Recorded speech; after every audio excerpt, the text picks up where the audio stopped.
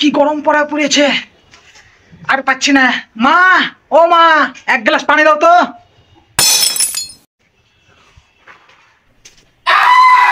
কি হয়েছে?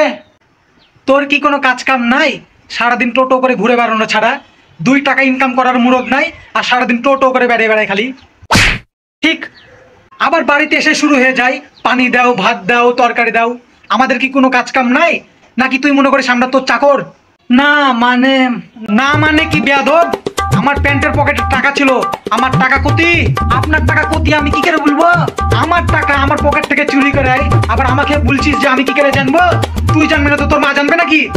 বুঝলেন আব্বা, আপনার টাকা মনে হয় আম্মু লিয়েছে। কি বললি তুই হতচ্ছাড়া? আপনি নেননি? ও, তাহলে আমি নিয়েছি। আমার বন্ধুর বোনের বিয়ে তো, ওই জন্য 500 টাকা দিয়ে গিফট কিনে দিয়েছি। গিফট কিনে দিয়েছিস নাকি বন্ধু বান্ধবকে সঙ্গে নিয়ে বিড়ি খেয়েছিস? ঠিক, চৌধুরী সাহেবের ছেলের কাছ থেকে শিখতে পারিস। ওর পা ধোয়া পানি খেয়ে আইগা।